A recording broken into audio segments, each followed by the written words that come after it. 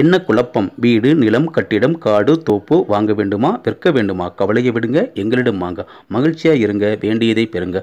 உங்கள் தேவை எதுவென்று எங்களுக்கு வாட்ஸ்அப் பண்ணுங்க. நிம்மதியா இருங்க. உங்கள் தேவை விரைவில் நிறைவேறும்.